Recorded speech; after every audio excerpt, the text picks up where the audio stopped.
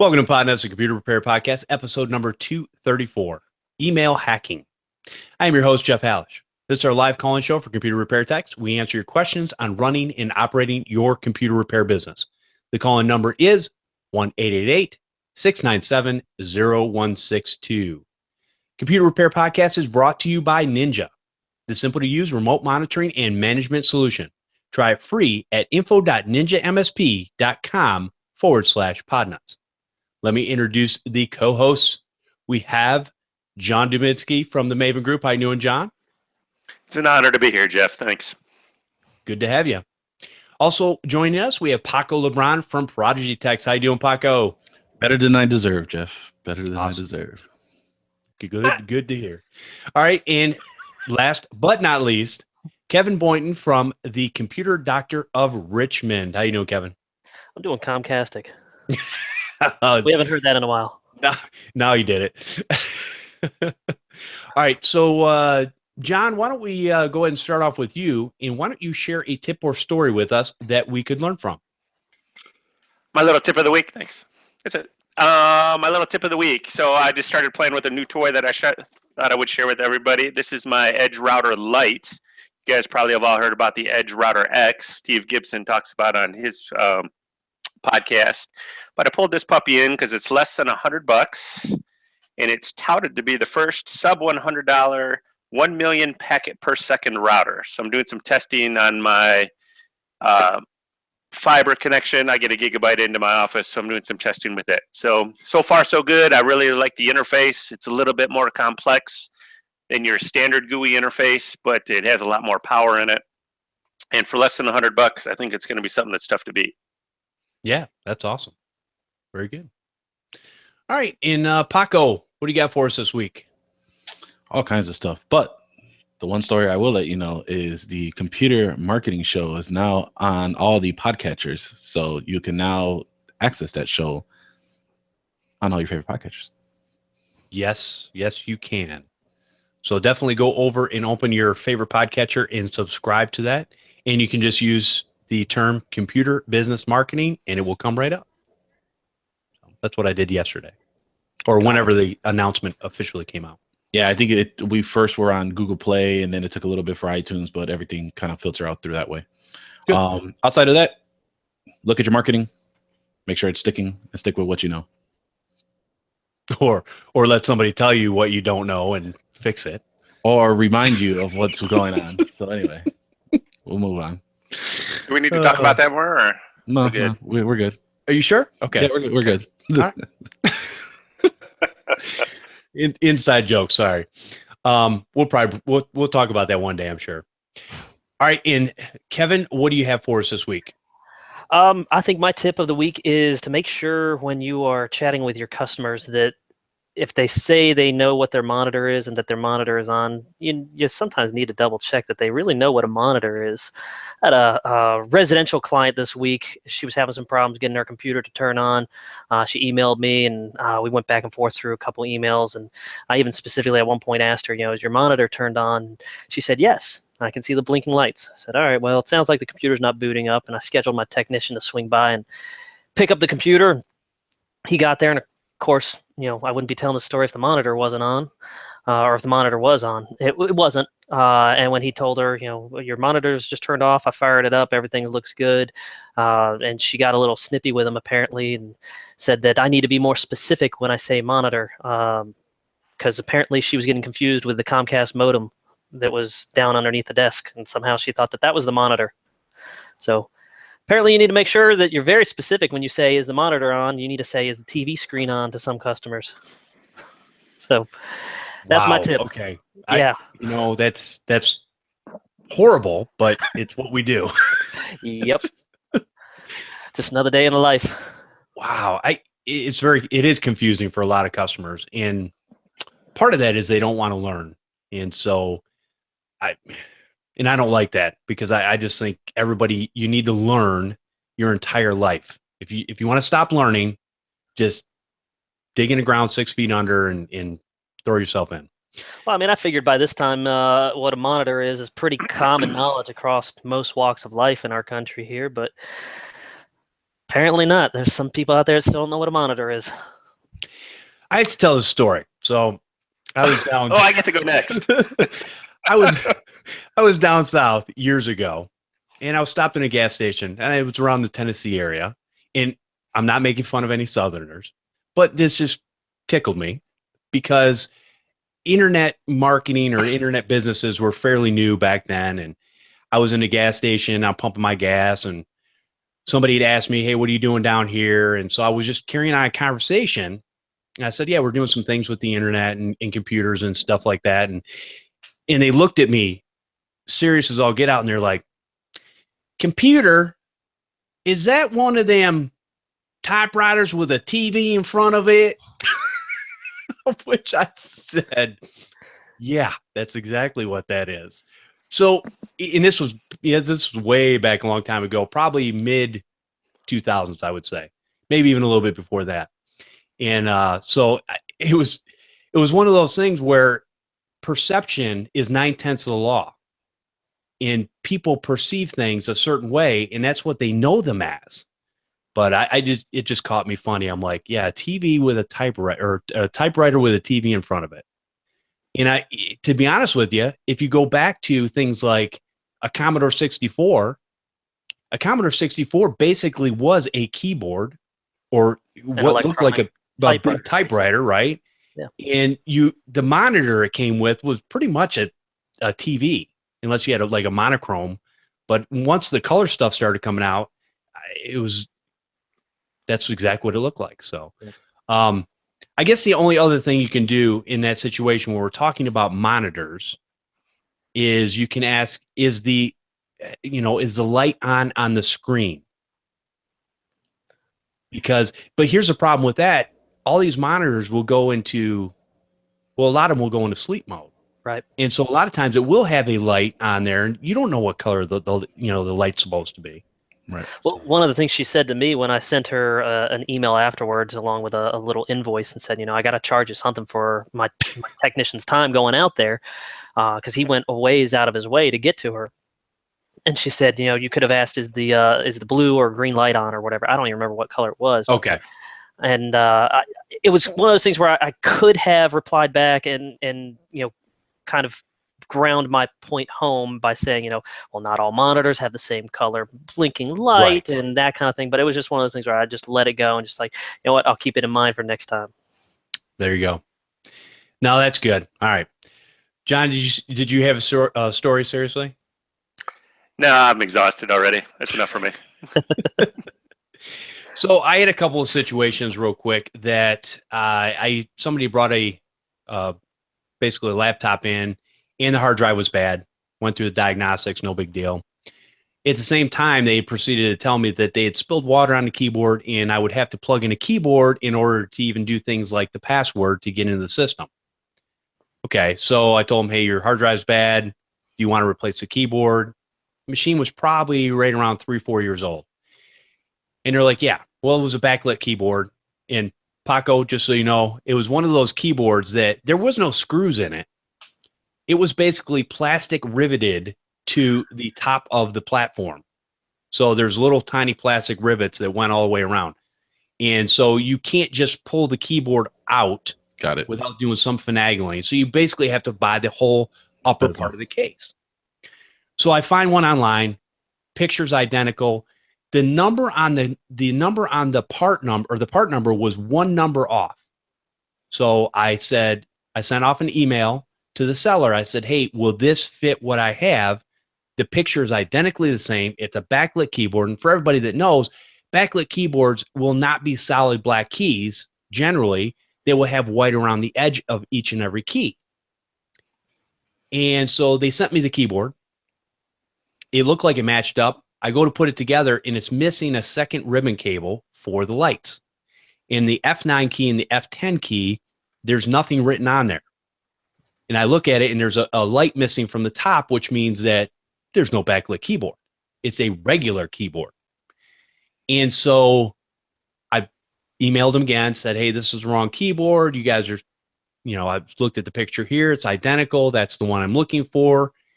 No problem. We'll send another one out. So they sent out another keyboard. Same thing. No backlight. So I emailed them back and I said, they said, hey, why don't you just, send it back in for a refund, blah, blah, blah. And I'm like, okay. I had to send another reply back and go, you have the picture here that's identical to the keyboard and the whole upper part of the case that I need. And you basically said it was going to work and it's supposed to be backlit. I said, both keyboards you sent me were non-backlit keyboards. Their only response back to me was, we're very sorry. Apparently our keyboard does not fit your system.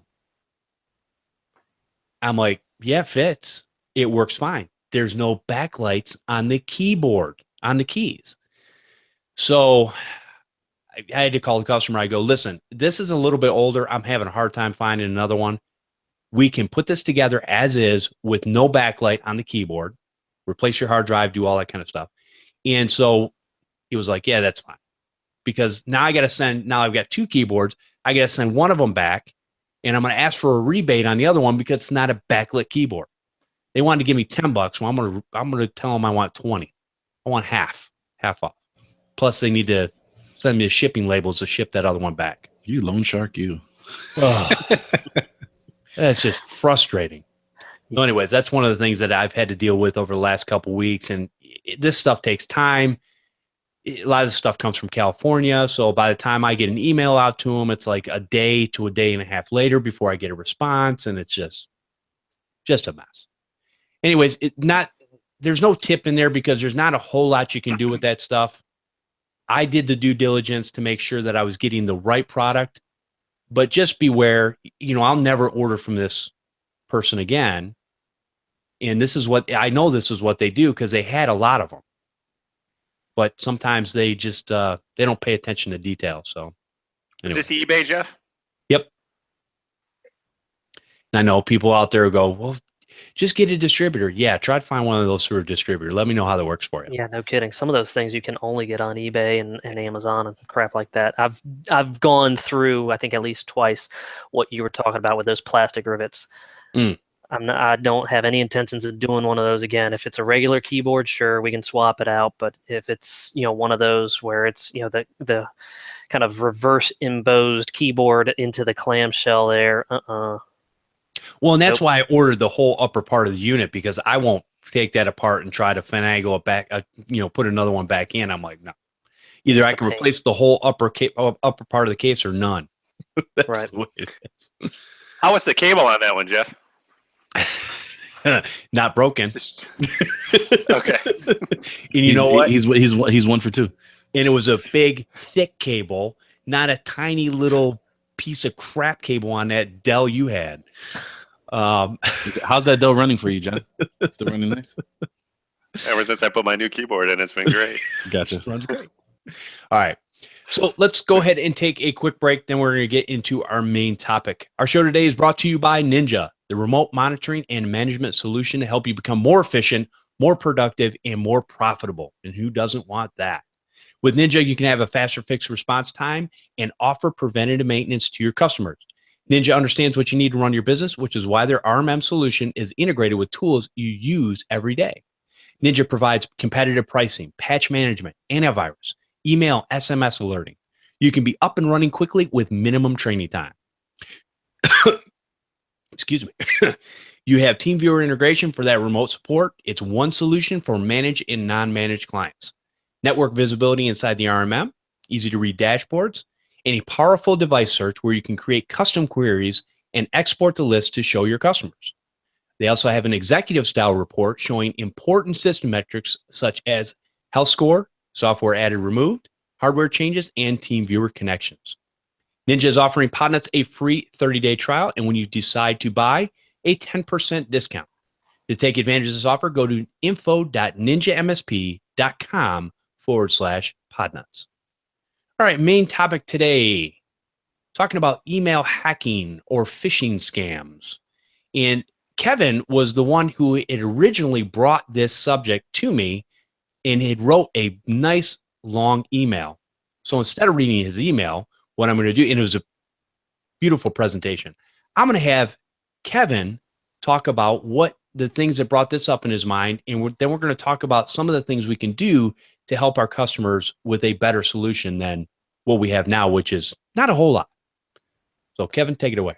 All right, so I started out the email. This was mostly about real estate phishing and wire fraud, and it's really, really rampant in the real estate community right now. And I've got a numerous real estate type of clients, between real estate agents, closing company, title companies, a couple real estate lawyers, and so forth. So I've kind of got a gambit of various clients that are involved in real estate transactions. And in the Richmond area where we are, there's been numerous stories where some pretty big law firms have been hit with, $70,000, $150,000. Actually, I think I just heard about a $280,000 wire fraud transfer just this past month. Fortunately, none of my clients have gotten so hit, but I mean, they've come really close. And both of them were the lawyers on that side of it. Basically, what happens is, if you think of the people involved in a real estate transaction, you've got obviously the buyer and the seller, you've got a couple real estate agents, and then you've got the title companies, the lenders, etc. So you've got all these moving pieces.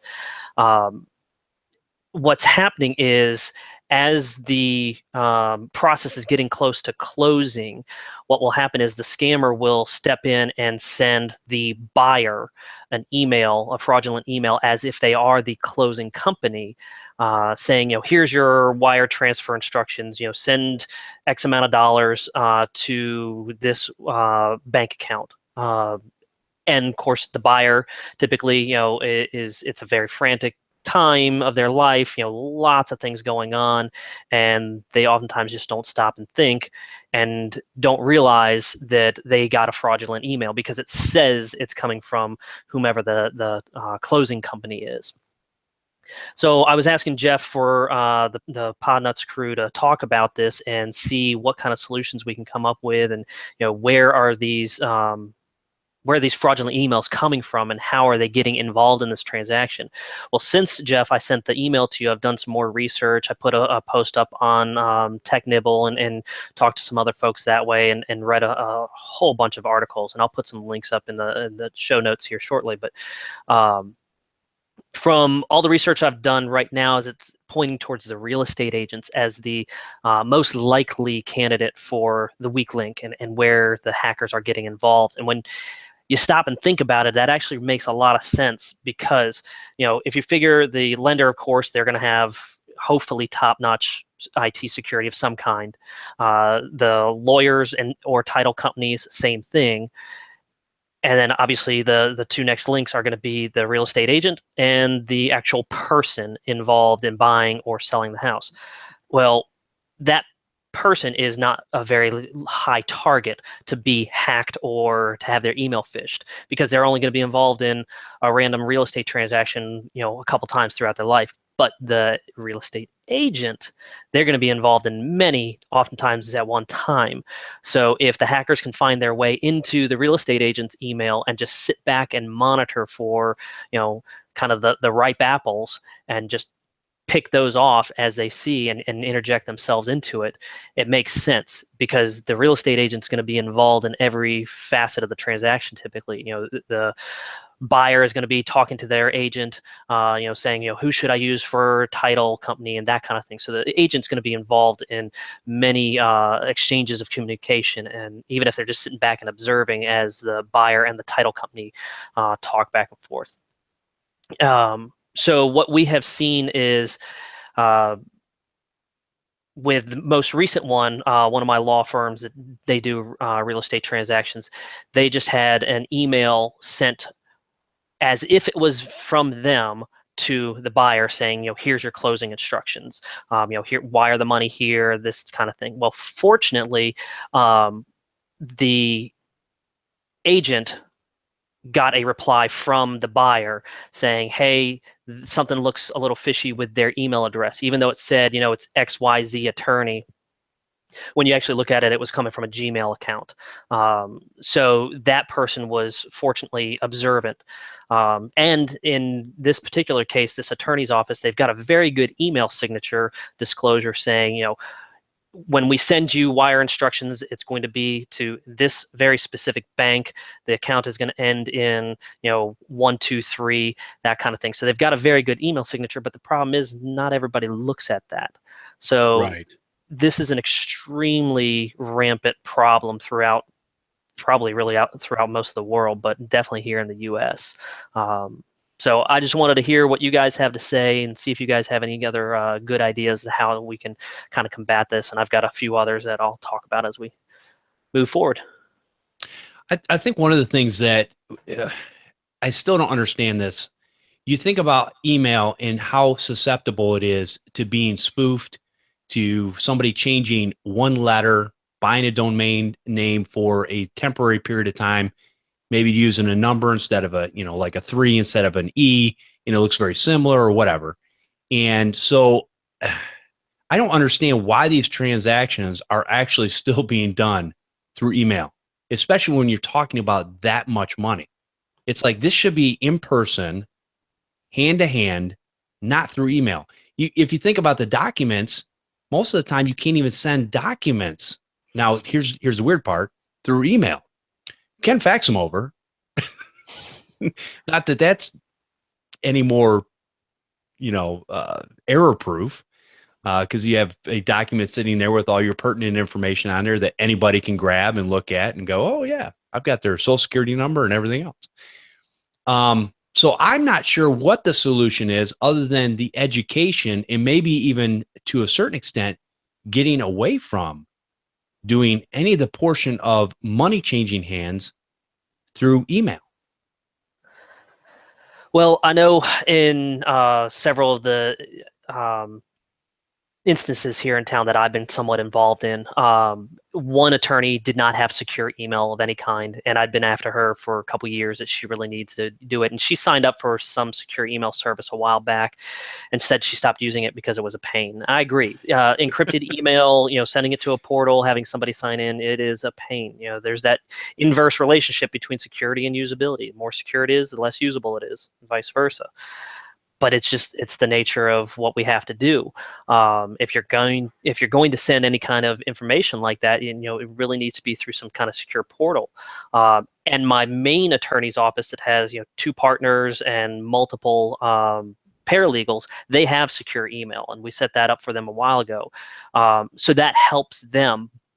But you know, at the onset of the transaction, if somebody gets in there and sends false information to the buyer and they're not paying close enough attention because everything in their world is kind of upside down right now, they're trying to line up movers and all the rest of this, you know, people just don't pay attention when they're in a very busy portion of their life, and they're quick to react.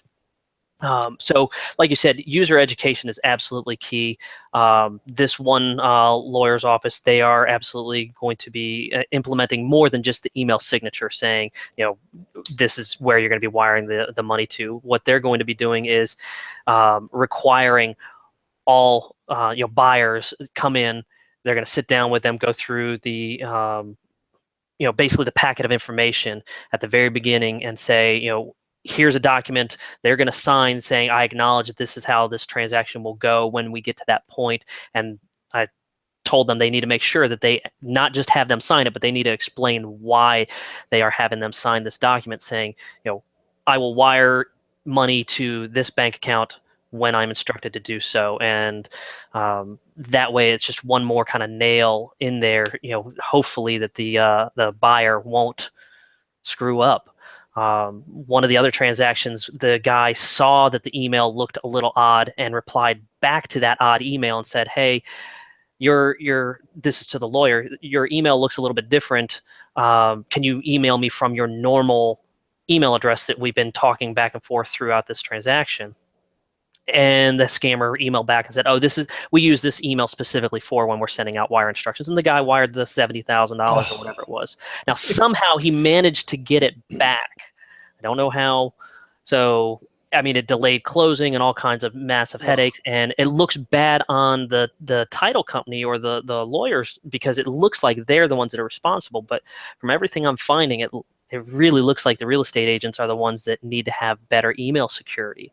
And again, like I said earlier, when you think about it, it makes sense, because real estate agents are constantly running around. Oftentimes we'll have multiple transactions going. They're working from the road. They're working oftentimes from their own personal laptop. And sometimes, they may have, like a century21.com email address or whatever, but they still might be, having that email forwarded to their own personal Gmail or something like that, because it's easy for them and their company doesn't make them change how they're doing things. So, I mean, it's just a mess. I got a question for you. So did you go through a couple of vendors before you decided on who you were going to use for your secured email, or was that chosen by the client? No, we use Office 365 in this customer's case, and for the secure portion of it, we're an AppRiver reseller, and that's where this customer is involved or tied up through with us, is through AppRiver. So I inquired with AppRiver, and they're using their secure tied encrypted email portal, and they do use it when they're sending encrypted or important PI information.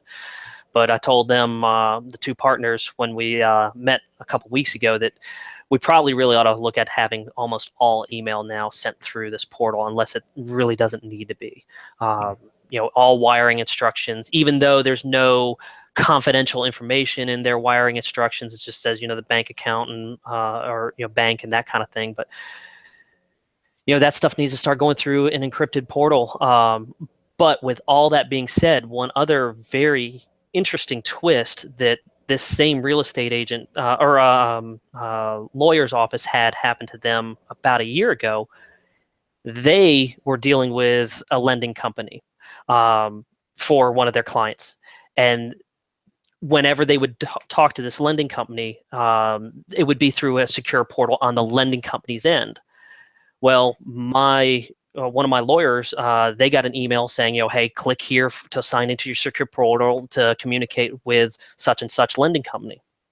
He clicked on it.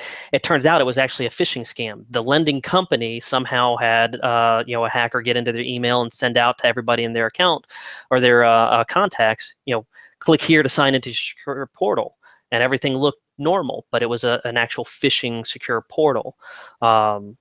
So, and then they fortunately somehow realized it on the lending company's end really quickly, sent out a blast email to everybody, go into the secure portal and change your password and that kind of thing. But that was a really interesting twist that I'd never seen before from hackers. But it just goes to show you the level of, sneakiness that they can stoop to. Yeah. Wow. And it's crazy too, because I mean, exactly like you say, like I've dealt with my real estate agent for probably well over close to 10 years now. And like you said, the problem is that one, a lot of these real estate agents are independent contractors. So they're all part of this franchise. Like you mentioned, they do have that corporate email, whatever the franchise may provide them, but they're putting everything through their personal email. And I know I've emailed her through several times, and I've even told her, this is probably not going to be the best time. But even if I were to, let's say, take care of her, it doesn't help that her whole entire office, they're all kind of doing their own thing. So even though she may be okay, who knows, it's going to be one of the other bad apples that are going to cause some problems at the office too. The other problem too is that not only on outdated info, but they're mostly working off their cell phones now. Right. Because I know that there was she had an XP machine. I know I was trying to upsell her on getting her something a little bit more up to date to be a little bit more compliant. A little. This was about 2-3 years ago. So This must have been like probably I was trying to get her on 7 or 8, or I can't recall what it was back then. But something to get her off of XP. Yeah. So and she just basically said she does a majority of all her stuff on her phone, and it's not really a big deal for her. But like you just said, she does a lot of these transactions through personal email. So, there's so many things outside of that where, like Jeff said, education is probably going to be the number one thing you can do, because there's only so much you can do unless you attack it one by one or talk to the whole franchise owner and kind of have it from top down. Well, and that's always the problem. And John, I want to hear what you have to say, but part of the problem is if we don't police ourselves, what's going to happen is, and I don't like this in any form, the government's going to have to intercede and go, we've got to put rules in place instead of people just using good old common sense, which apparently in this country is not very common anymore, and just police themselves. Think about it and I think this is where people miss it most of the time. Think about if it happened to you. How would you feel? How would that affect your life? How would that turn you upside down? And if you just thought about that for 2 seconds, you would do whatever you needed to do to make sure that the customer was protected. Yeah. Well, I've got I do have a real estate company here in town. They're a franchise, and they do all their email communications through the franchise domain address. So nobody's using Hotmails or Gmails or anything like that. So that helps. But even still, if the corporation that owns the franchise, if they're not pushing high security on their domain email communications, all I can do is talk to the agents that are right there in the room in front of me and say, this is why you need to make sure you use a strong password, because if you guys typically are the weakest link. And if one of your customers goes to buy a house and they somehow get screwed over, even if you aren't responsible for it, somehow it got screwed up from one of the other links in the chain, or if it happened on your end, you may not have to pay that buyer back, but you're still going to lose that transaction, and so is that buyer. They're going to go somewhere else if and when they can collect enough money to get another down payment together. And they're certainly not going to be able to buy that house if they just threw $70,000 away. At least Right. I know most people can't. If I threw my down payment away, I wouldn't be sitting in this house that I'm in right now. Right. So it's absolutely user education. That's the most important thing. And I mean, we also need to be educating just regular residential folks. You need to pay attention. If an email says that it came from President Trump, doesn't mean it actually came from President Trump. That's right. Look a little closer. Look under the hood. John, you've been quiet. I know, and we did a HIPAA podcast a few weeks ago, and Yep. I know a lot of this stuff is very relevant to the things that we talked about. And you're also going through a little transaction of your own. So tell me the things that are going through your mind right now. Oh, that's what I'm doing right now. I'm reading what's called the NAR, which is the Code of Ethics for the National Association of Realtors, just to see if there's anything in there pertaining to this. Standards of practice and all that. It's really long, so I don't have an answer on that yet. But obviously, Kevin's already mentioned some of this when I was sort of going through my show notes for this. Obviously, tips for users. We all know how far user training will go with passwords, password tools, shooting them phishing tests, all that kind of stuff. I mean, it's better than nothing. But, and again, Kevin says, if he doesn't have control of the admin side of the email, that really limits what he can do.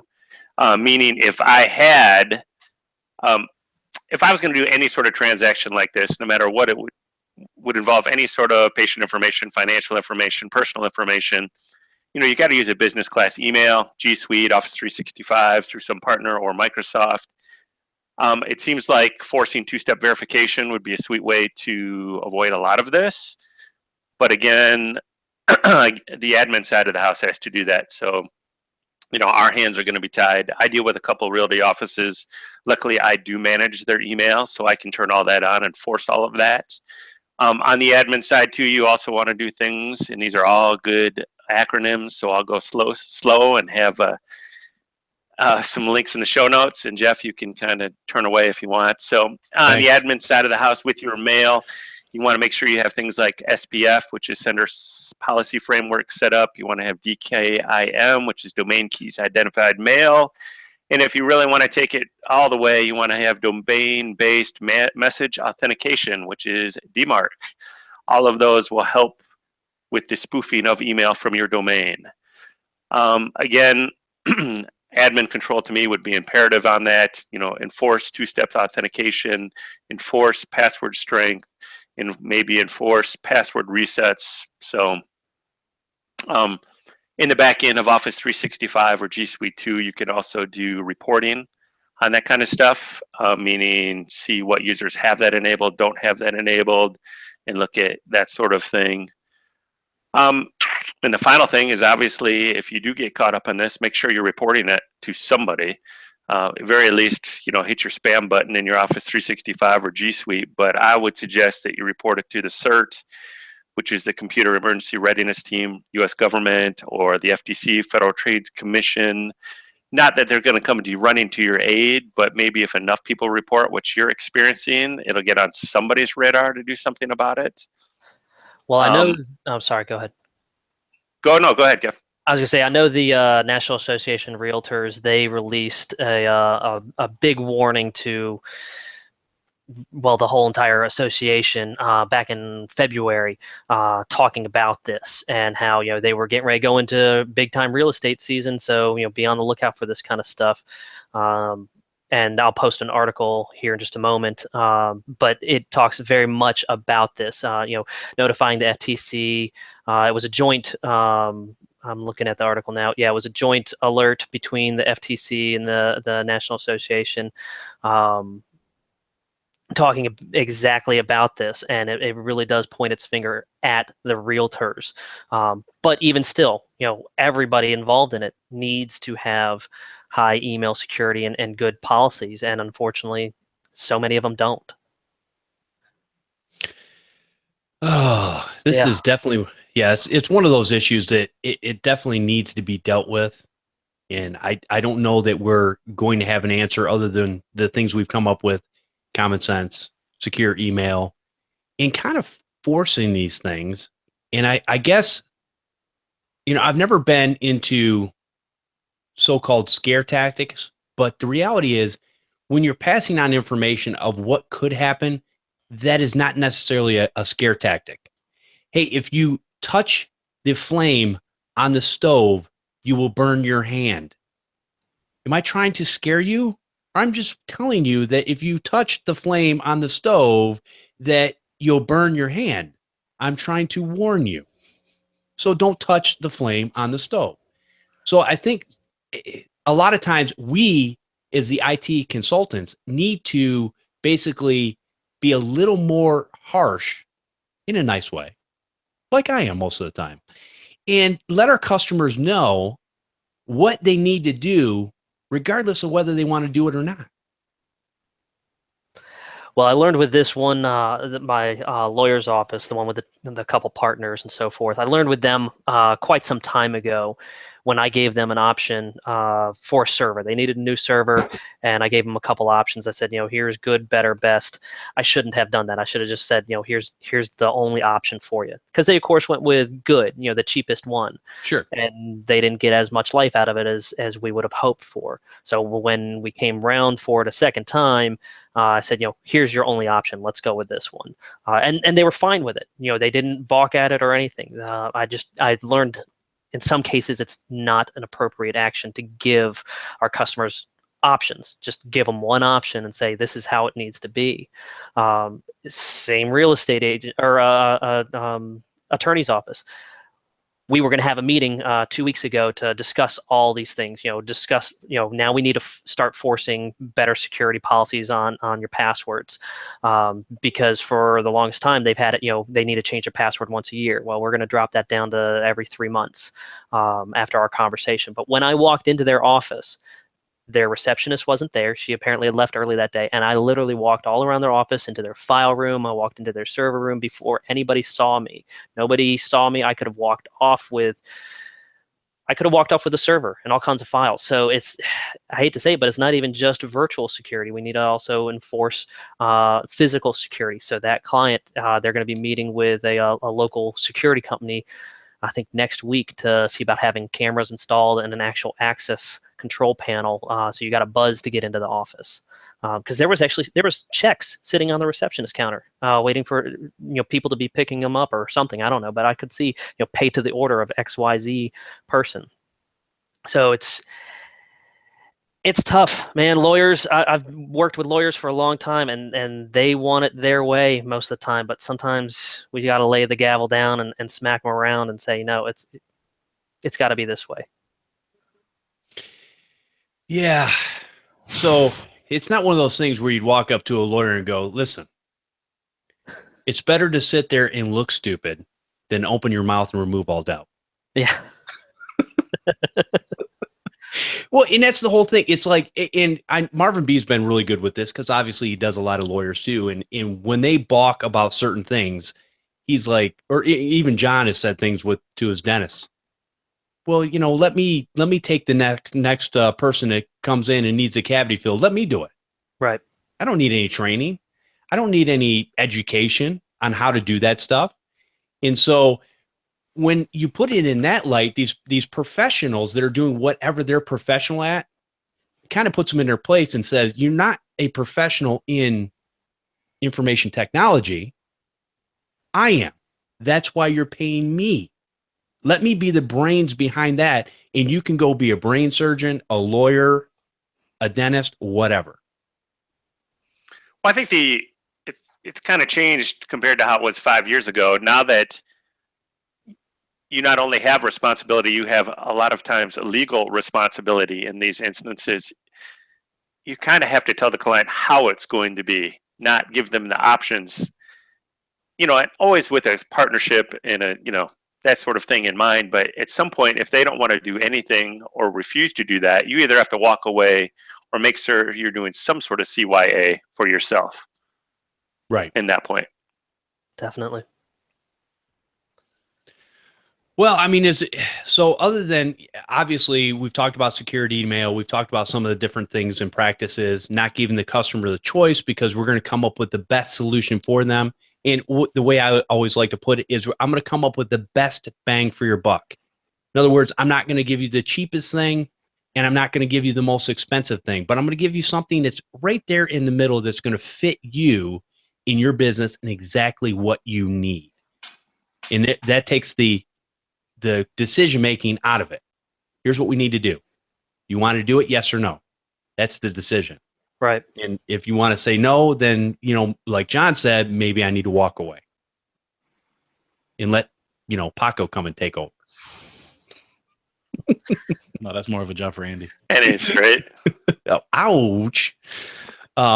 Anyways, so is there anything else that we can do other than education, secure email, letting, like, Kevin said, letting the residential customers know the things to look for? And that's always hard because even when you tell a customer that what to look for, a lot of times they will still do it anyways. And you're like, we just talked about this a couple months ago, didn't we? Yeah, I know, but I didn't want to bother you. Please. Well, let's just go back to Kevin's story at the beginning. We have users that don't know what they're staring at 24 hours a day, 7 days a week in a monitor. I still have a user that calls their computer an acre. It's an Acer. So, I don't know if anybody else has gotten, the one when they say, it's my DY computer.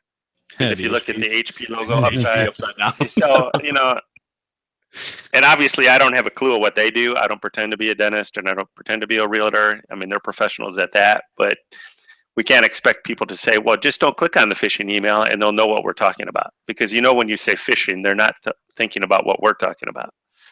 So that's true. They're probably thinking of, a pole and a reel and, getting that big catch in there. Well, fortunately, my real estate attorney's office, they are pretty good about keeping an eye out for phishing emails. They themselves haven't been scammed, but the problem again with this is they get caught up in it, and it looks like they are the weakest link, but in reality, it wasn't them that dropped the ball, and that's what's. That they just called me earlier this week because they had another one come through, and what was weird about this other one is that the scammer, whomever it was, let's just call him John at Gmail. This same exact John@gmail.com was used to try and scam one of their other closing customers like 3 or 4 weeks ago.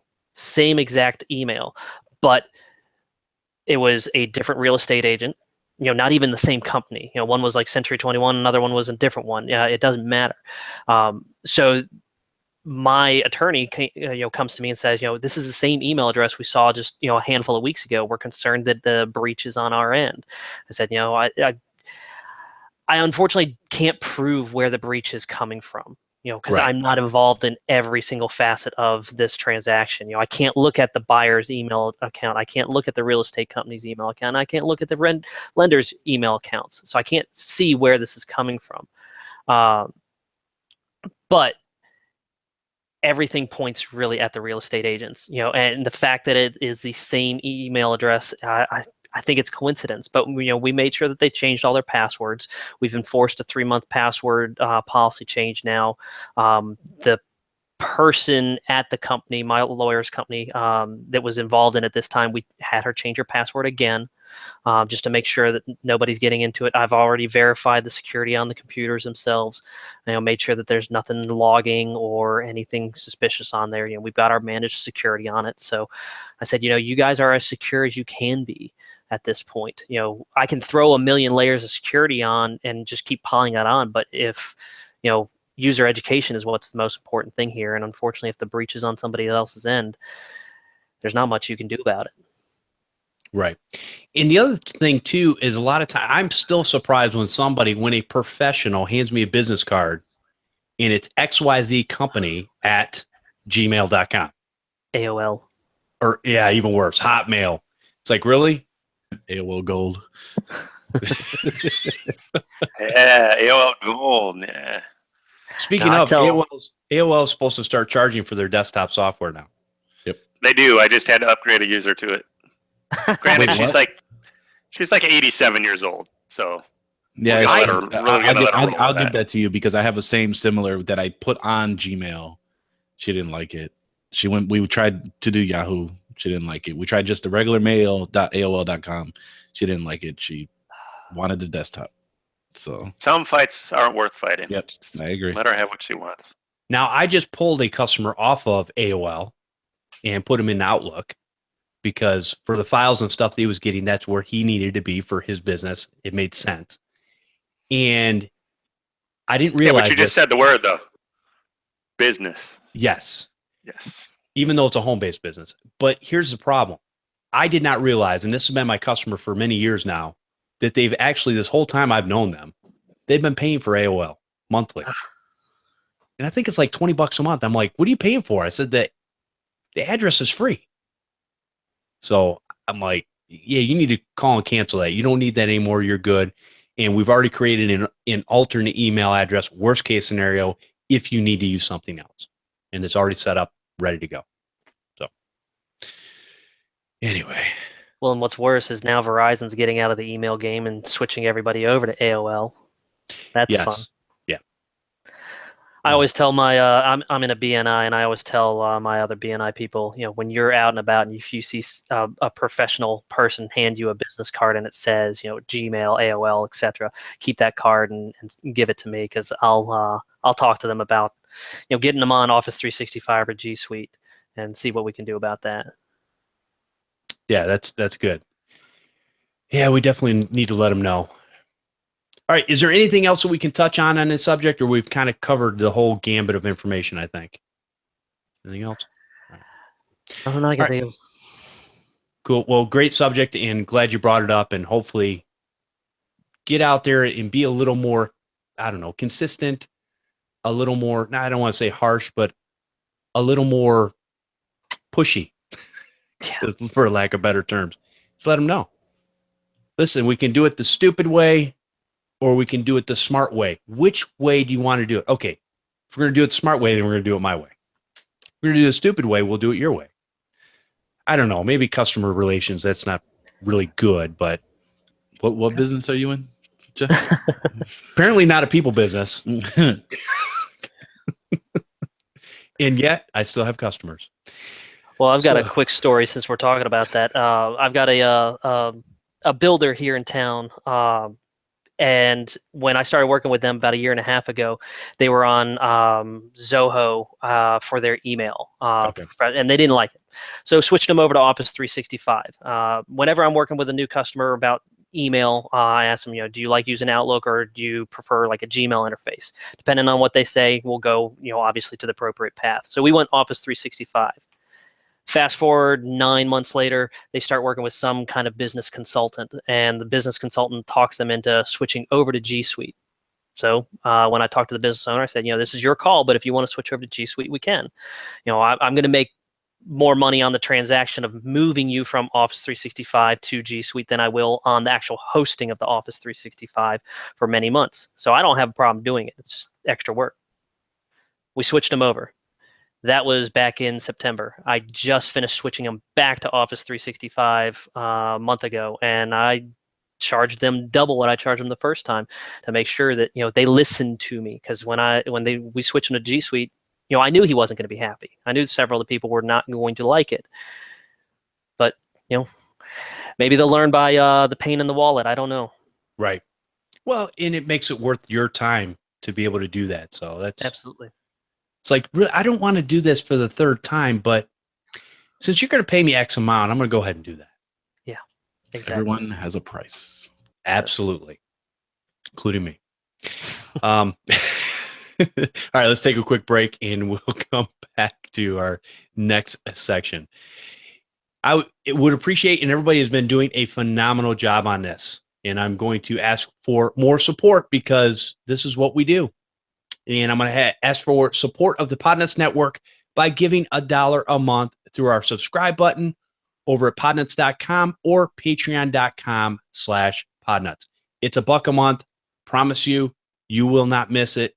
$12 a year, and you can support a network of people that are bringing you information to help you in whatever it is you do, or to entertain you, make you laugh, be snarky. I don't know. But anyways, I am encouraging everyone within the sound of my voice to go out there and go ahead and do that. And also, before John says anything, if you'd like to support this particular show, you can go to patreon.com/computer repair podcast. And I want to thank all of our Patreon supporters for your continued support. We have 3 new Patreon supporters for this show, and that is Adam Carpenter, James Pinto, and Cormac O'Donohue. Appreciate that. Appreciate what you guys, that you're actually supporting the channel and helping us out. So we've got some great plans in the future, and hopefully we can make those happen. Make that 4. I'm doing it now. Awesome. I keep forgetting to do it.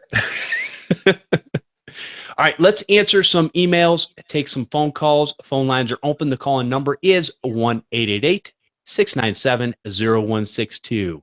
And I probably should have tested this before the show, but we actually have a voicemail. And so I am going to attempt to play that. So let's see what we can do here. We'll shut that off. So we'll hold off on the phone calls here for a minute and play this voicemail. Yeah, my name is Sybil Haynes. I've been listening for a long time. I have a funny story that's also a question for John. My full-time job is working in the medical records department at an insurance company. And 5 years ago, we were having problems with our email system, Lotus Notes, that wouldn't shut down properly. So IT remotely installed on my computer an app called Killed Notes. And it had a little skull and crossbones on it and such. A few weeks later, I log in, and that app is no longer called Kill Notes. The title on it is All Hail Homer Simpson. And so I call IT and say, hey, we've been hacked. It's probably a kid, but we've been hacked. What do we do? And IT just says, it's nothing. Don't worry about it. So I call my supervisor, and she says, so if IT says it's nothing, then it's nothing. But so even though it's been 5 years, it still bugs me sometimes. So I was wondering what John would do if he had, a practical joke hack on a computer at one of his dental offices. Thanks. Wow. Thank you, Sybil. Appreciate the voicemail there. I've never heard of anything like that before. I haven't heard of anything like that in a very, very long time. And so that's very interesting. So, John, what would you do? Well, back then we would probably consider it probably just like what happened to her, probably somebody playing a practical joke. But in today's culture of compliance, that would be a huge issue. First of all, I would suggest everybody on that staff would know better than to do something like that. But there would also be repercussions to that staff member. And 2, due to the culture of compliance or the compliance needs, we would immediately have to do some sort of study to prove that it was not something malicious, to make sure that our information didn't leave and something didn't happen. And just thanks to her for bringing back all my Lotus Notes nightmares from 10, 15 years ago. So thank you very much. Oh. But yeah, that is funny. No, and who knows? It'd be interesting, or it would be fun to know whether it was a practical joke or something did happen. I'd be willing to bet it was a practical joke, but still, fun story nonetheless. Yeah. Very, very interesting times there. Wow. Yeah. What made me laugh the most though, really, was when the IT staff said, when somebody says, "Oh, the IT staff said it's okay," like those morons know anything. That's right. I mean, as an IT staff member, even if that was you, wouldn't you just be curious? Yeah, I would. If nothing think else, so. to go check it out and see what's going on. Unless they did it. Oh, So who knows? Yeah. They're the ones playing. Yeah, good point. Good You know point. what I mean? there you Well, go. Part There of you the problem you got to think about is that IT staff could be outsourced. Especially in the medical community, it could be just some generic outsourced company that already has their hands over, burdened with all kinds of work and very low pay.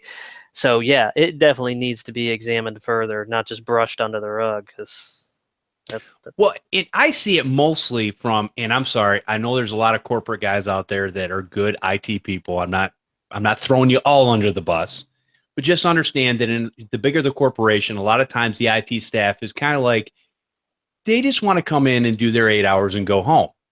So when you bring up something like this, that they just kind of go, yeah, I don't know. You're interrupting my video watching time or whatever. And so a lot of times I think those things do just kind of get swept under the rug because it's not that important. And really, from a corporate standpoint, if you look at a lot of these corporations, they're running so far behind as far as patches on their servers and different things like that to keep the network more closed down. Maybe to them, it's not that big a concern. But something I don't know if inside a the user network, called man. me with that in today's day and age. I would immediately pucker up and be ready to be Right. nervous as I'll get up to find out what's going on. All right. Well, great thing there. All right. So let's move on to an email. Good All right. call, and thank you for the call, by the way. Yeah, that was awesome. Great call. All right. It says, hi, Jeff. What do you guys use to troubleshoot networks? I was listening to Podnutz Pro 106, and Marvin and Matt were talking about the Fluke, which, by the way, was acquired by NetScout. They mentioned the Link Sprinter 300, so I did my homework and ended up ordering one from Amazon. I'm also testing the free cloud-based mobile device management Mirador service that they mentioned on show 103, and I think it is great. See the link below. We'll add those in the show notes. Thank you for any feedback in case you are using any of the tools mentioned. Arturo, appreciate that. So what are we using besides it? Are we only using hardware? I know Marvin's a big Fluke guy, and him and Matt have talked about it on their show. And every week, Marvin asks Matt, "Hey, have you used your Fluke this week?" And most weeks, Matt says, "No, I haven't." So, are we using any other type of software or anything to look at a network? One of the things I had mentioned to him when I sent him an email back was the Arachnus, router and switches and all that kind of stuff really give me a lot of in-depth information on what's going on in the network already. So anybody that I'm managing, and obviously I understand that sometimes you inherit things, but when I'm setting something up to make our jobs easier, right, John? Then that's something I want to have on the network so I can go in and look at it and go, oh yeah, here's where the problem is. We've got a slow connection here. It's on this particular machine or whatever. But what other things are you guys using? I use a software app a lot of the time by a company called Soft Perfect, called Network Scanner, that I really like. Boy, it's tough to even tell what it does. It does so much. So basically, it's a network scanner. So it'll go out on the network and find all of the devices it can find via IP. It will identify the NIC manufacturer in there. It will report back any jitter, ping times, loss. It will identify TCP ports, UDP ports, SNMPC services. It will detect DHCP servers on the network. So if I had more than one, it would find that. And, probably from there, that's just a good place to start. I'll put a link on there, but it does a lot more than just that. And the great thing about that is it's cheap if you want to buy a license for it. I mean, much more affordable than even a Link Spreader 300 or even a 100, or getting started in the higher end Fluke stuff. Now, I'm not saying that it does everything a Fluke does, as Marvin will tell you. I mean, you're driving a Cadillac when you're driving one of those. I had a Link Sprinter 300. Now I know somebody else has my Link Sprinter 300. I've been using the Pocket Ethernets, our friends in Germany. I'll put a link for that. I like it a lot. It does pretty much all the same stuff that the Link Sprinter 300 does. Maybe a little bit more. I liked it because it has a rechargeable battery and connects via Bluetooth. With that said, it does some things better. It does some things worse. So if you're looking at either one, check them out. If you have any questions, you can hit me up. All right, cool. I'm looking at my Amazon orders. I can't remember the name of the thing that I use. Give me a second. Paco, what about you? Oh, you're using a Link Sprinter now, aren't you? What were you using before that? So I wasn't using anything. No, I was using my hand up to the air, make sure the quality of the air is good for Wi-Fi. No, good. There you go. I used an app similar to what John. It's called Angry IP Scanner. Yep, that's what I use. I use that to kind of determine what's on the network, things like that. Any complaints? Now I use the Link Sprinter 300, which used to be John's, and John was nice enough to get that to me at a nice Maven discount. So really appreciate that. So I use that now, and I actually just used it because I took over a nonprofit's infrastructure. So I am going ahead and kind of determining what the issue is, because they've been complaining about drop calls, can't print things to the printer sometimes, and then just all around slow. And come to find out that even with using that, everybody was saying that they're on Wi-Fi. They're all on MacBook Pros or MacBooks and and MacBook Pros and Airs. So that made things interesting that everybody was on Wi-Fi. So I have a whole write-up that I have to give them on how to improve everything. Okay. Yeah, IP scan. Okay. Yeah, I was gonna say I've used Angry IP Scanner myself a handful of times. Actually, that's on my portable stick, so I've got that on there. I've been using that for years. For cable testing and so forth, I've got the Noyafa, I guess is how it's pronounced. Multi-purpose network scanner. Spell it. Noyafa. And I just got it a couple months ago. I haven't used it too much, but you can do typical cable testing. Looking for broken wires, it'll tell you the distance of the cable. Probably kind of like a Link Sprinter, but much cheaper and probably nowhere near as robust, I'm guessing. I have not graduated to the Link Sprinter yet myself. But I just put a link up on the chat for Amazon where you can pick it up. One of the things I had told Arturo is that I don't do enough network stuff at this point to necessarily have equipment with me. So I said I use the old method of unplugging the cable. And, yep, it's that one. Plugging it back in. Which a lot of times you can get away with that on smaller networks. But yeah, if you're walking into a business or if you're doing a lot of networking and you have a lot of businesses that have networks, you definitely need something that you can either throw on there on a laptop software-wise or a piece of hardware, which is a lot of times easier to carry with you, plug it in, and get the information right away. And I know Marvin will tell you hands down that a lot of times he can walk in and he'll have a problem solved within like a few minutes versus the normal hour that it would take of unplugging, plugging, checking this out. Oh, what's happening over here? And again, because the customers and even third-party vendors don't always tell the truth. Not on purpose, just, yeah, maybe it is on purpose. I don't know. Maybe they don't know. But a lot of times it's hard to get the information. The monitor is on, Jeff. Yes, the monitor is on. The screen. The thing where you see your desktop. Oh, I can't say that because that doesn't make any sense either. Right. TV without the tuner. Yes, the TV without the tuner. I like that, Paco. Good. All right, let's move on to our... What's a tuner? Yeah, what's a tuner? Really? Who does know that anymore? Well, I think we're all old enough. Well, except for Paco. Um, I'm the one that said it. just kidding. Except for Chris. Chris isn't here. We can. There we you can go. talk about him. I had to use the wrench. Or the pliers. I had to use the aluminum foil. I had to get Rabbit ears. Oh, the fingers. man. Speaking of, when I was growing up, we had a remote for the TV. It was me. Yeah, you were. Oh. Channel 2, Channel 4, Channel 20, Channel 50. Jeff, get up, change the channel. Exactly. Yes, Dad. Exactly. You got it. All right. Second email. It's from Bradford Torrey. He says, "Hello, Podnutz. Just listening to the most recent live show and was reminded by an email from listener Matt Whitley about carrying USB sticks. The Dime card is incredibly cool and compact. I wanted to share what I've been using recently.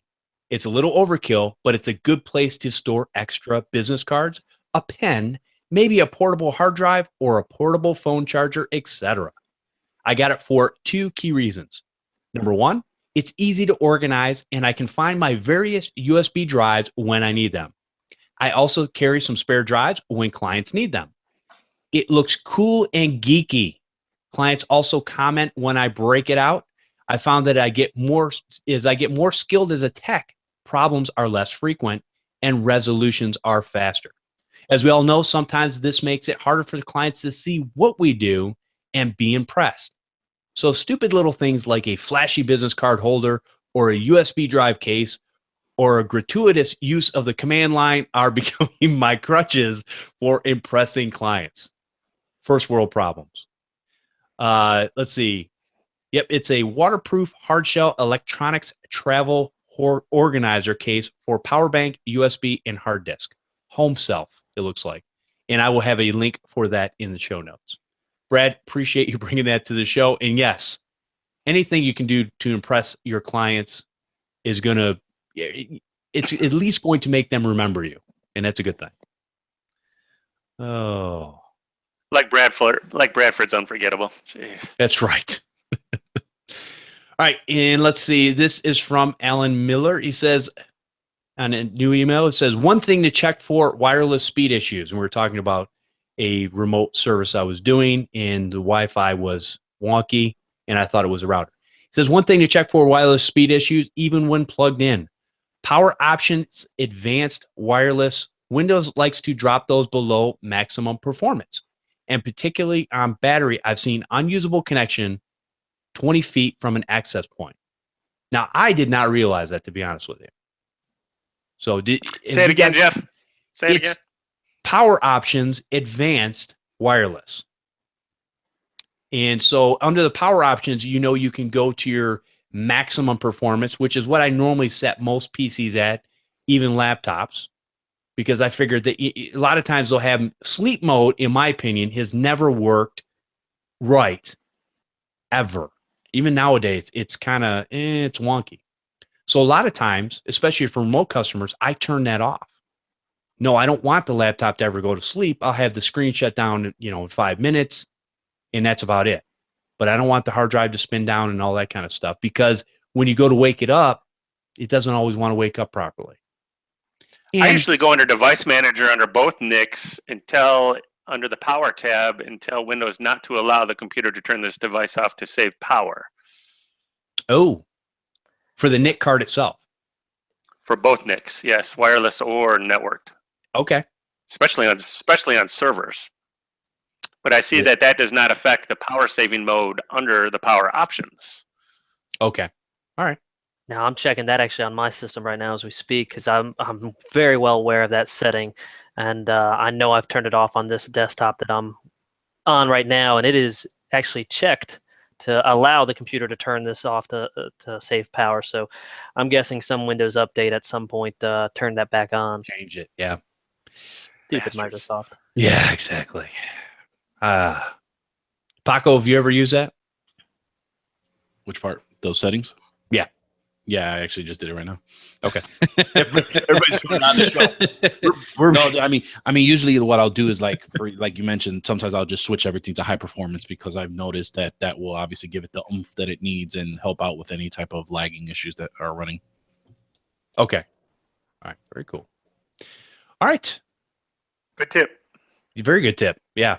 Something I hadn't really thought about affecting the NIC cards. So, and John, good add on to that tip for the Ethernet card and the regular wireless card. All right. So let's see. This is from Andrew. All right. It says, hello, I'm working on starting my own business with my friend.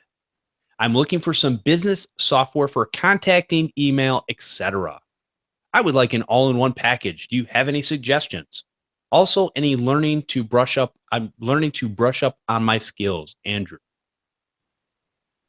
So when I look at business software, I think of the first thing that comes to mind, even non-software wise, is getting your paperwork in order, which I would use the TechNibble Computer Business Kit because it has all the paperwork and everything you need to get started. It's very inexpensive. You can go to podnutz.com, go to the deals page, and click on the link for the TechNibble Computer Business Kit and order that sucker up. It is a tax write-off. So when you're running your business properly, as long as you're paying your taxes, which you should. Yes, you should. I still laugh because I still get even from business owners, I still get this. When I go in and do a consultation, I do something for them, whatever it is. When they go to write a check, which I still deal with a lot of checks, people always ask me, do I make it out to you? And I'm like, no, make it out to my company because I have to pay. Yeah, make it out to cash. There you go. Because I have to pay my taxes just like you guys do. Yes, I'm getting double banged because I have a regular job and I'm paying for my business, but it is what it is. So, yeah, my suggestion is I'm actually going to go a different route, and then I'll go back to what he's asking, is to reconsider going into business with your friend. And I'm going to tell you why. I have had multiple times where either I am in corporate America and I've hired friends, me being the manager, or going into business with friends that have oftentimes gone south. Now, because I knew these people for so long, we were able to understand business was business and personal and friendship was friendship. And then there was a line in between. But oftentimes businesses going into business with friends don't tend to go the way that you want it to go. So understand that there's going to be probably some gripe, and just really understand to really talk that out. Even down to the point of who thinks one is more talented than the other, because when you start uncovering those ugly little details, that'll really determine if you really should go into business. Now, I know that there's a rare portion that does work out. There's a much bigger portion of that ratio that does not. So that's one advice that I would have for him, is to reconsider that, or consider it and just take it into a very big account. Now, going back to business software and all-in-one, I would probably suggest Repair Shopper. They do have many tiers to their service. When I first started out, I was on their free package or their free tier. My business expanded well off more than what the limitations that I could do in the free. So I jumped on their one-man army. This is a platform that has all-in-one. It has its invoicing, marketing, a couple payment options, and you keep track of contacts, customers, and also to create your tickets. So something to look into. And then it allows you to grow with that software as you're growing with your business. So that'd be something to look into, even if it's not Repair Shopper, if it's something that you can grow with versus you having to migrate stuff over. Because I've been part of migrating, and it is a huge pain to do a lot of that stuff. Gotcha. Very good. I agree. 100%. Yeah, definitely when it comes to like a ticketing platform or invoicing, do it from the beginning, but kind of shop around and find one that fits your needs, because migration can be a pain. I mean, when you're first starting out, you can do kind of the Word document invoice thing, but I don't recommend doing that for long. It can become just a real pain going back and looking them up and that kind of thing. I'm on M Help Desk, and I'm looking at moving to FreshBooks myself because I've not been very happy with Help Desk. Okay. So that's definitely a good thing. Like you said, absolutely don't get into business with family and friends. And if you do, definitely make sure you have it documented whose responsibilities are what, whose ownership portions are what. Talk to a lawyer. It's well worth it because, like you said, Paco, those relationships oftentimes don't work out well in business because somebody's going to show up late, and just because your friends expect that you'll just carry the load, those kind of things, and soon the business relationship and the friendship start to sour. Happens all the time. Yep. Very good. John, what are you using? I can't disagree with any of them for getting started. I think that's all wise advice. If it were me starting over again, I would have loved to have a tool like Repair Shopper. I mean, boom. Yep. Yeah, and I agree too, because I did the whole paperwork, and someone would ask me, hey, do you remember 6 months ago when you worked on this machine? I'm like, when you walked out of my door and you paid me, I don't remember you. What do you expect me to remember 6 months later? Come on. And so it was nice to move over into something where I basically had a database that I could go back to, and all I had to do was go there, type in a person's name, and see exactly what I did to their computer. Instead of actually flipping through a file, where's the paperwork? Where's the paperwork? Where's the paperwork? If I even did the paperwork, if I wrote it out properly, which a lot of times in the beginning I didn't. So paperwork. Did somebody on the network have another solution they were building from scratch? There is, yes, there are a couple other solutions out there, and we will put those in the show notes. I can't remember off the top of my head, but we've done. I mean to put you on the spot. Sorry, yeah, but no, that's all right. I just remember a couple shows. You're right. And we'll definitely put those in there. There's a couple other options out there that you can also check out and see what fits you. And what's cool is a lot of these companies will allow you to do a trial. So you can do the trial, check it out. Repair Shopper is awesome because you can do 25 invoices a month, and it costs you Way to get started. Yeah. So maybe the chat room will throw those at us before we're done. there you go. And I can go look those up here in a minute. All right. So hopefully that answers your question on getting all that information all in one place. And I like the fact that you can do it all in one place. There's a marketing platform. Obviously, you're going to have to pay a little bit of money for that. But again, it is a tax deduction. And once you understand that the amount of taxes that you have to pay in your business, you're going to be looking for every tax deduction you can find. I do all the time. Matter of fact, I made way too much money last year. So I'm looking to spend more. I know. Get yourself a fluke, a $20,000 fluke. There you go. There you go. I would if I had a need for it. I just don't have a need. Or a business trip somewhere. For some yes. That would be a hefty one. That's true. Good point. Paco. All right. So I just had a business trip. That's all I said. You took whatever. I understand. I kept our conversation out of it, but no, just kidding. Anyways, so one more email before we end off the show. And since I know I have Paco here this week and he knows about this stuff, and probably Kevin does too. John, you can shut your eyes for a minute. This is from Cormac O'Donohue from Crosshaven Computers. It says, Jeff, could you give me the names of some of the Facebook computer groups? Thanks, Cormac. So I am only a part of a couple of Facebook groups, and I'm just going to tell you why I don't openly, not that there's anything wrong with them, I don't openly endorse them, because there are times that these groups will go by the wayside or things will happen inside the groups, and I don't want to be associated when things fall apart. So that's why I don't openly talk about those. But one of the groups that I am a part of, and I only have so much time too, is Raise the Bar over in Facebook there. And then obviously, Paco, there's a handful that you're a part of, and I can mention all the names, but Paco's a part of the same one, so I'm going to let him go ahead. Because I pick up where Jeff can't. But anyway, no, so there's quite a few. In the same way as Jeff said, I'm not endorsing these groups. I'm simply being a part of them for the mere fact of the knowledge that's transferred, and the fact that me being a podcast co-host on 2 shows, it just helps me communicate with some of the listeners that are there, along with some of the topics that we can bring back to both Podnutz and over at the Computer Business Marketing Show for TSB. So the Facebook groups are that I'm a part of, that are some that are have good information, is the IT Business Owners Group, which is ITBOG.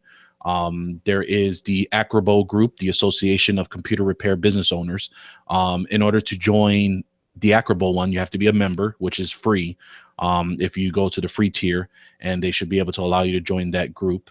There is the Computer Business Marketing Facebook group, which is admin by myself and created by Matthew Rodella. And there is one other one, and I can't recall what that other one is at the moment, but those are usually the main 4. Actually, Raise the Bar, which is what Jeff just mentioned right now. So those are the few that we kind of roll around in. Oh, I'm sorry. There is another one that's done by a vendor, which is Multivisions, and they have a similar aspect of Raise the Bar, ITBOG. There's a lot of computer business owners, technicians kind of get together, tell their stories, tell tips, ask for help, and they kind of just, come together as a community as well. Kevin? Yeah, Paco, you guys took all my good answers. Raise the Bar. I'm in Raise the Bar, and I've been enjoying that. Don't get in there very frequently. It's usually when I'm out and about, just eating dinner or whatever, and I'll just kind of flip through and see some of the posts, and I'll jump in here or there. I am in Multivisions, although I don't know that I've really contributed anything in there yet or really looked in there too much. I am in the Synology admins and users group on Facebook. We do a lot of Synology stuff here at the Computer Doctor, and their forums are pretty sad. Not a whole lot of good information on Synology's forums. I've been unfortunately disappointed with the level of support Synology's been giving lately. I know you guys talked about Buffalo NASs and so forth recently after the ChannelCon. I was listening to the podcast earlier this week, and that is very appealing sounding if Buffalo is giving a lot of good support. Synology, I love Synology devices, but I've been disappointed with some of the support lately.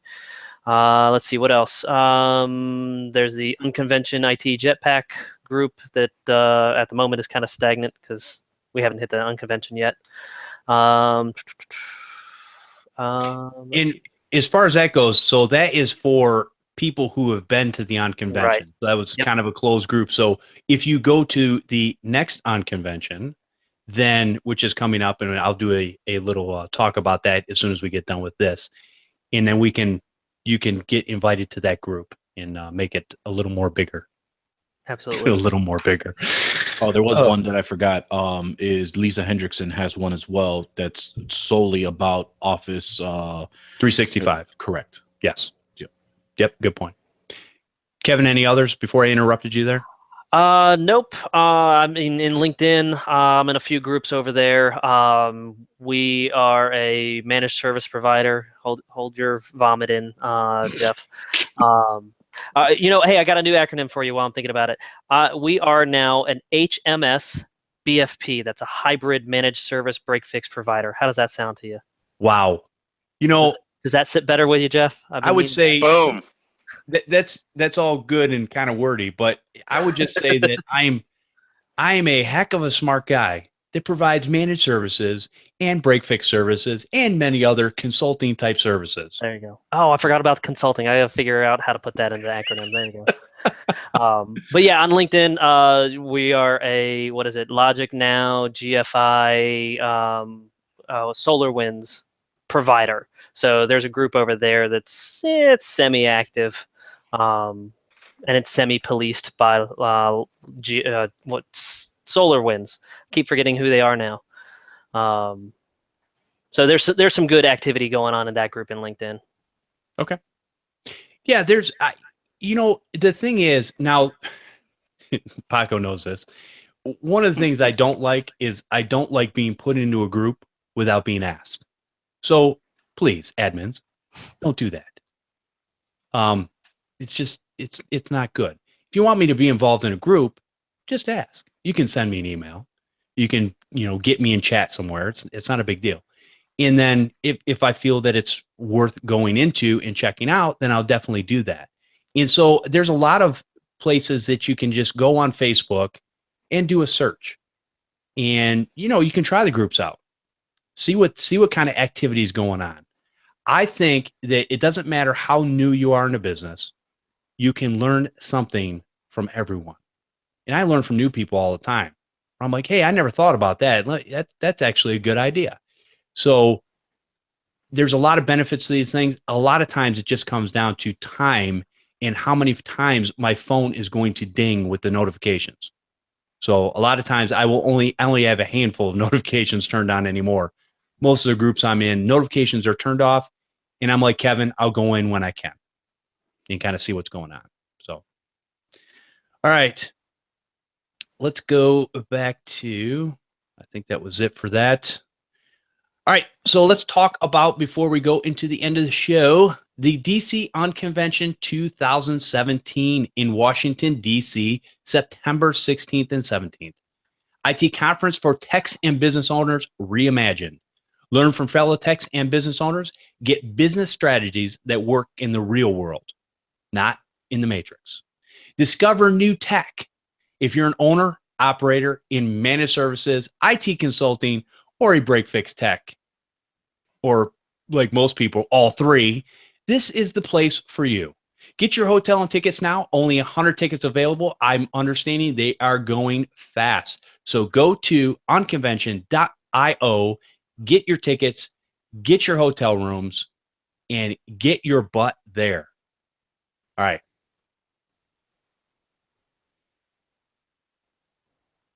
Paco, with your big smile on your face, why don't you give us one parting thought and let people know where they can find you at all over the internet?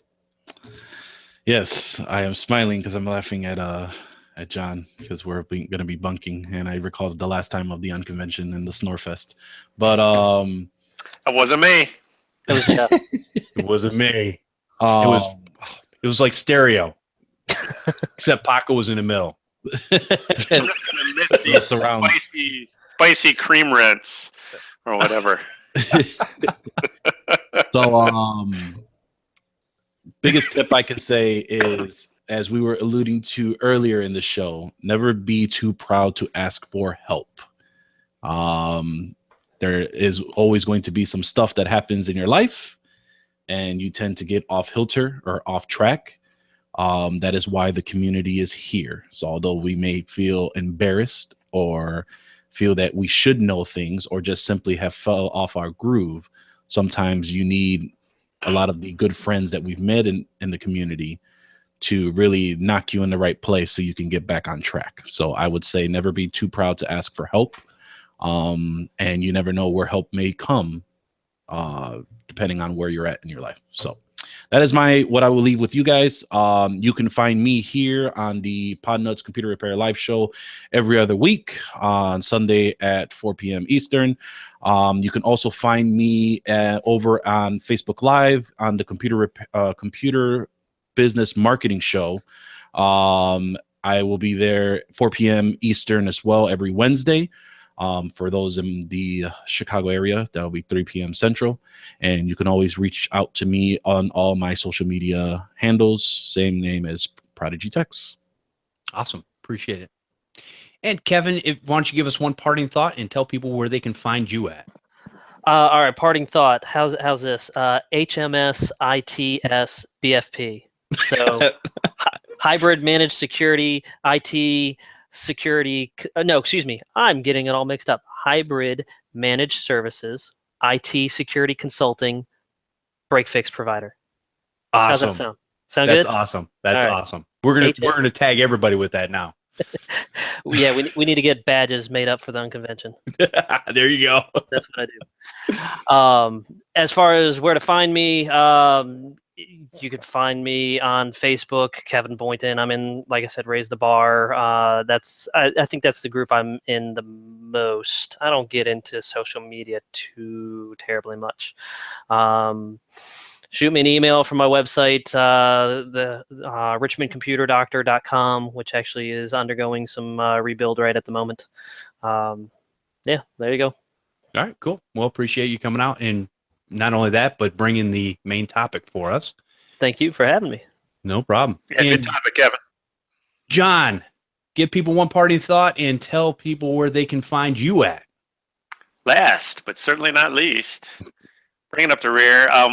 Like I say all the time, the only thing I know for sure is I do not know everything. I got a little shout out to everybody that's hitting me up with the HIPAA questions, and we're building our top 10 list to maybe have a little hangout meeting about HIPAA. So if you're interested, shoot me an email at John, JOHN, at Maven, MAVEN group.net, and I'll include you in that list. If you haven't heard from me for a little bit, do not worry. I will get back to you. Just trying to get everybody in the queue and get a bunch of questions siphoned out. Awesome. Appreciate you doing that, John. The myth, the Maven. Oh, ow, threw my back out. All right, you guys can come join us live for the Computer Repair Podcast every Sunday at 4 p.m. Eastern over at podnutz.com/Computer Repair Podcast Live. Join in on the conversation by calling in live and hanging out in the chat room. You can also send an email to podnutz@podnutz.com or leave a voicemail at 1-888-697-0162. We have audio available over at podnutz.com or subscribe using your favorite podcatcher. You can be notified when the show is live by subscribing to our YouTube channel, Computer Repair Podcast. I want to thank everyone for listening and subscribing to the show. We'll see you next time on Podnutz, the Computer Repair Podcast.